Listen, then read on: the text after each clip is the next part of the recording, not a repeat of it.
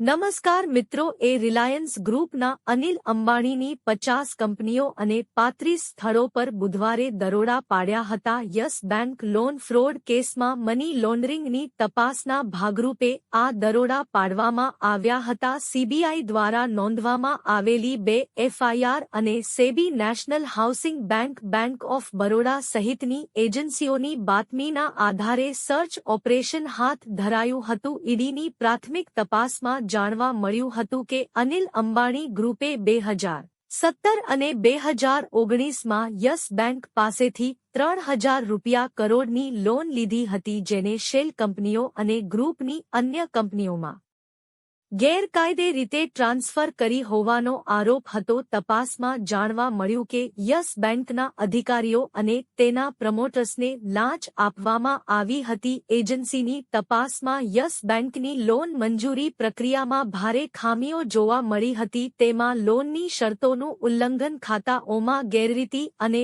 Loan મંજૂરીના દિવસે અથવા તે પહેલા જ ચૂકવણી થઈ હોય તેવા કિસ્સાઓ પણ જોવા મળ્યા હતા. ઈડીએ ડિફોલ્ટર અનિલ અંબાણીની 50 કંપનીઓ અને 25 લોકોની તપાસ હાથ ધરી હતી.